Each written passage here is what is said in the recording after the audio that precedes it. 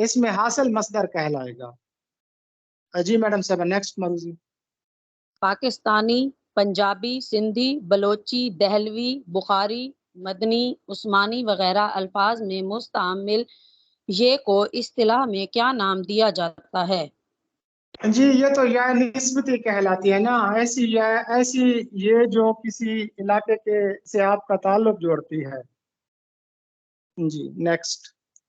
حسن یوسف، دم عیسیٰ، ید بیضا کو اردو زبان کی اصطلاح میں کیا کہیں گے؟ جی یہ مولانا عبد الرحمن جامی تھے جو فارسی کے شاعر تھے.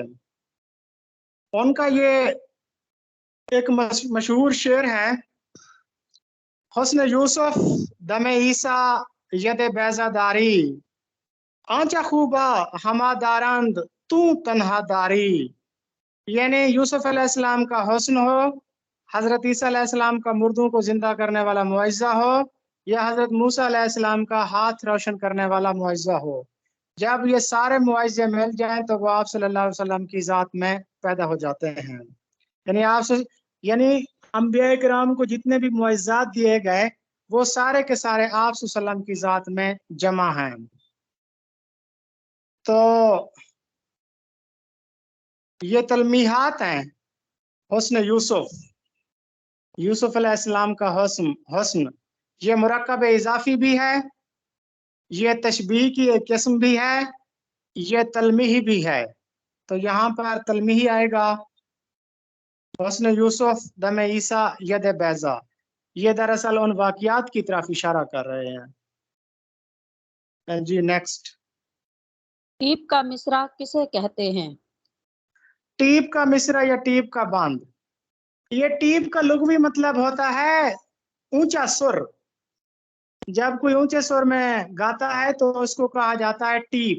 یا ایک اور ٹیپ بھی ہوتا ہے نا کہ جس میں چونا گارا سیمنٹ وغیرہ کو ملا کر دیواروں پر لگایا جاتا ہے تو اس کو بھی ٹیپ کہتے ہیں.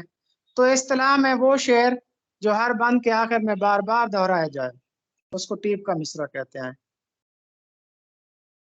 جی نیکسٹ.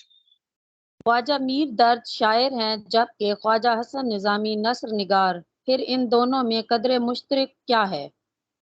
یہ بھی ڈسکس ہو چکا ہے. ان میں قدر مشترک تصوف ہے. خواجہ میر درد کا کلام ہو یا خواجہ حسن نظامی کی نثر ہو، ان دونوں میں ان کے ہر شعر میں کچھ نہ کچھ تصوف کار فرما ہے. حالانکہ خواجہ میر درد کے بارے میں ہم نے پڑھا تھا کہ ان کا جو سلسلہ تھا وہ حضرت غوث اعظم دستگیر سے جا ملتا ہے یا حضرت بہاؤالدین نقشبندی سے جا ملتا ہے، جبکہ خواجہ حسن نظامی کا جو پیری مریدی کا سلسلہ ہے یہ نظام الدین اولیاء سے جا کے ملتا ہے. لیکن اگر ان کی تخلیقات کا جائزہ لیں تو خواجہ میر درد کے کلام میں اور خواجہ حسن نظامی کی نثر میں تصوف کار فرما ہے. جی. اہل لاہور کو زندہ دلانے لاہور کا لقب کس نے دیا؟ جی آپ کو پتا ہے کہ 1873 میں سر سید احمد خان نے لاہور کا دورہ کیا تھا. اس کی وجہ یہ تھی کہ ہندوستان کے جو باقی صوبے تھے نا اس میں سر سید احمد خان کی مخالفت بہت زیادہ ہو رہی تھی. اتنی زیادہ مخالفت ہو رہی تھی کہ 2 آدمی تو باقاعدہ مکہ گئے تھے اور وہاں کے علماء سے انہوں نے سر سید کے خلاف کفر کے فتوے لکھوائے تھے. تو اس لیے سر سید نے اپنے فلاحی کاموں کے لیے چندہ اکٹھا کرنے کے لیے لاہور کا رخ کیا، اور لاہور کے جو لوگ تھے انہوں نے دل کھول کر بڑے فراخ حوصلہ سے سر سید احمد خان کی مدد کی. تو ایک تقریر میں انہوں نے اہل لاہور کی تعریف کی تھی اور انہیں زندہ دلانے لاہور کہا تھا. یہ 1873 کی بات ہے. جی نیکسٹ. علامہ اقبال پرندوں میں شاہین کو جن صفات کی بنا پر پسند کیا ہے ان میں سے اہم ترین صفت یہ ہے کہ شاہین پرندوں کا بادشاہ ہے، فضا میں شکار کرتا ہے، بلند پرواز ہے، کئی دن بھوکا رہ سکتا ہے. اچھا دیکھیں اقبال نے بہت سی علامتیں استعمال کی ہیں، جن میں سے ایک علامت شاہین کا استعمال انہوں نے بار بار کیا ہے۔ اسی طرح آپ اگر شاہین کی ساری خوبیوں کو پڑھنا چاہتے ہیں تو بال جبریل کی نظم شاہین پڑھ لیجئے۔ تو کیا میں نے اس خاکدان سے کنارہ جہاں رزق کا نام ہے آب و دانا، بیاباں کی خلوت خوشاتی ہے مجھ کو ازل سے ہے فطرت میری راہ بانا۔ تو اقبال نے عام طور پر شعراء بلبل اور قمری اور ان کو طاؤس کو پسند کرتے ہیں۔ اقبال نے بلبل و قمری و طاؤس کو ناپسند کیا ہے۔ وہ کہتے ہیں کہ کر بلبل و طاؤس کی تقلید سے توبہ، بلبل فقط آواز ہے طاؤس فقط رنگ۔ تو اگر ہم اقبال اور شاہین کا جائزہ لینا چاہیں تو ہمارے سامنے ظفر احمد صدیقی کا ایک خط سامنے آتا ہے، جس میں اقبال نے خود ظفر احمد صدیقی صاحب کو شاہین کی صفات یوں بتائی تھی۔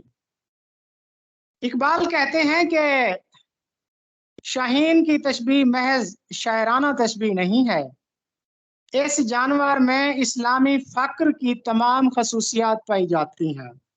خوددار ہے، غیرت مند ہے، دوسروں کا مارا ہوا شکار نہیں کھاتا، بے تعلق ہوتا ہے، آشیانہ نہیں بناتا، بلند پرواز ہوتا ہے، خلوت نشین ہوتا ہے، تیز نگاہ رکھتا ہے۔ اور اقبال چاہتے تھے کہ یہی ساری خوبیاں ایک مرد مومن کے اندر بھی پیدا ہو جائیں۔ اور خیابانیوں سے ہے پرہیز لازم ادائیں ہیں ان کی بہت دل برانہ، حمام و کبوتر کا بھوکا نہیں میں کہ ہے زندگی باز کی زاہدانہ، جھپٹنا پلٹنا پلٹ کر جھپٹنا لہو گرم رکھنے کا ہے ایک بہانہ۔ کیا خوبصورت یہ مطلب ان کی نظم ہے۔ یہ پورب یہ پچھم چکوروں کی دنیا میرا نہیں لگوں آسماں بے کرانہ، پرندوں کی دنیا کا درویش ہوں میں کہ شاہین بناتا نہیں آشیانہ۔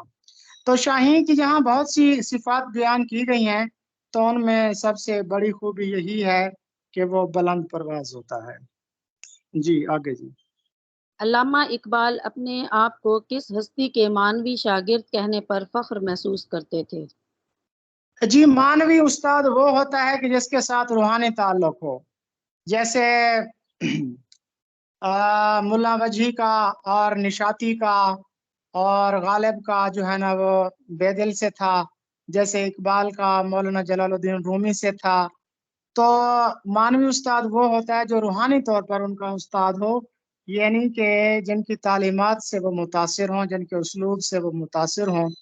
تو اقبال مولانا جلال الدین رومی کی تعلیمات سے متاثر تھے، اور کہا جاتا ہے کہ مولانا جلال الدین رومی وہ واحد شخصیت ہیں کہ جن کا ذکر اقبال کے ہر مجموعے میں موجود ہے۔ اور مولانا جلال الدین رومی کا مزار ترکی یعنی کونیا میں ہے، اور وہاں پر ساتھ ہی اقبال کی بھی علامتی قبر بنی ہوئی ہے۔ جی نیکسٹ پڑھیں۔ تصدق حسین خالد، نون میم راشد اور میرا جی میں قدر مشترک کیا ہے؟ جی یہ تو آپ سب کے علم میں ہے، یہ آزاد نظم کے بنیاد گزار ہیں، اور آزاد نظم ایک بحر میں ہوتی ہے لیکن فکرے جو ہے وہ چھوٹے بڑے ہوتے ہیں، اور اس کا امام جو ہے وہ نون میم راشد کو سمجھا جاتا ہے، اور ان کا جو پہلا شعری مجموعہ ہے محاورہ۔ ہر چند اردو میں سب سے کم سرمایہ چھوڑا ہے مگر کتنا اونچا مقام پایا ہے۔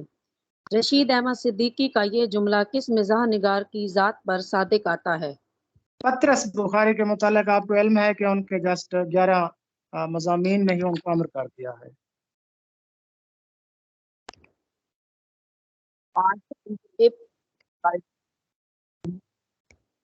جی نیکسٹ سلائیڈ آن کیجئے میڈم صاحب۔ سر مجھے لگتا ہے میم کہہ رہی ہیں کہ وقت مکمل ہو گیا بلکہ زیادہ ہو گیا ہے، لیکن آگے معروضیاں تھوڑی سی ہی رہ گئی ہیں۔ اچھا چلیں پڑھ لیتے ہیں۔ ابن انشا کرنل محمد خان اور مشتاق احمد یوسفی میں قدر مشترک کیا ہے؟ جی آپ لوگوں کا کل کا ٹاسک بھی یہی ہوگا، ان لوگوں کی تصانیف۔ تو ان تینوں میں جو قدر مشترک ہے وہ مزاح نگاری ہے۔ جب الفاظ کے حقیقی اور مجازی معنوں میں تشبیہ کا تعلق ہو تو اسے اصطلاح میں کیا کہیں گے؟ جی ابھی میں نے آپ کو بتایا ہے کہ لفظ کے حقیقی اور مجازی معنوں میں تشبیہ کا تعلق ہو تو استعارہ، نہ ہو تو مجاز مرسل، اس کو یاد کیجیے گا۔ گڈریا اردو افسانوی ادب کا ایک شاہکار افسانہ ہے، افسانہ نگار کا نام بتائیے۔ جی یہ تقسیم، فسادات اور استاد کی عظمت کے موضوع پر لکھا ہوا ایک شاہکار افسانہ ہے اشفاق احمد کا۔ یہ کہانی ہے جو کہ ایک سکھ ٹیچر کے گرد گھومتی ہے، داؤ جی کے گرد گھومتی ہے، چند رام کے گرد گھومتی ہے۔ وہ فارسی پڑھاتے تھے۔ وہ نہ صرف مسلم طالب علم کو مفت فارسی پڑھاتے تھے بلکہ وہ اسے اپنے گھر میں بھی انہوں نے رہائش دے رکھی تھی۔ اچھا، پڑھنے کے بعد وہ طالب علم شہر چلا جاتا ہے اور اسی دوران تقسیم ہوتی ہے تو وہ اپنے علاقے میں واپس آ جاتا ہے۔ تو وہ قریب جا کر دیکھتا ہے کہ کچھ مسلم نوجوانوں نے ایک بزرگ کو گھیرا ہوا ہے اور انہوں نے اسی ٹیچر کو گھیرا ہوا تھا۔ وہ ان کو بچانے کی کوشش کرتا ہے لیکن وہ بے بس ہو کر رہ جاتا ہے، اور وہ جو رانو یہ دودھ بیچنے والا گوالا تھا وہ استاد کو جو ہے نا نفرت کی بھینٹ چڑھا دیتا ہے۔ تو انسانی ہمدردی، استاد کی عظمت اور فسادات اور تقسیم کے موضوع پر، اور ایک استاد کے اپنے طالب علم سے اور ایک طالب علم کے اپنے استاد سے والہانہ محبت کا اظہار بھی ہے یہ۔ جی یہ اشفاق احمد کا شاہکار افسانہ ہے۔ نیکسٹ پڑھیں جی۔ جان شیکسپیئر، پیلیٹس، ڈاکٹر فیلن میں قدر مشترک کیا ہے؟ جی یہ تو انگریزی ہندوستانی لغات کے خالق ہیں نا سارے۔ میری قدر کر اے زمین سخن، تجھے بات میں آسماں کر دیا۔ سبک ہو چلی تھی ترازو شعر، مگر ہم نے پلہ گراں کر دیا۔ بتائیے ان اشعار کا تعلق کس صنف شاعری سے ہے؟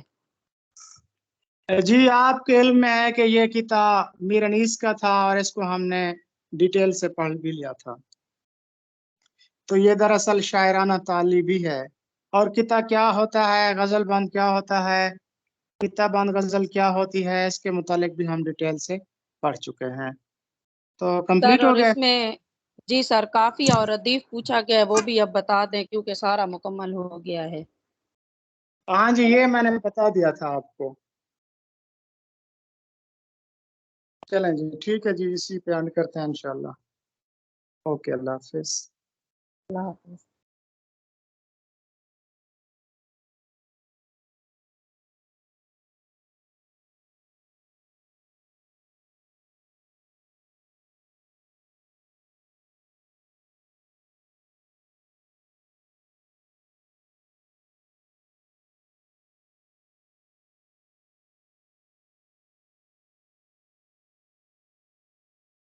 میم جی اس کو ختم کر دیجئے۔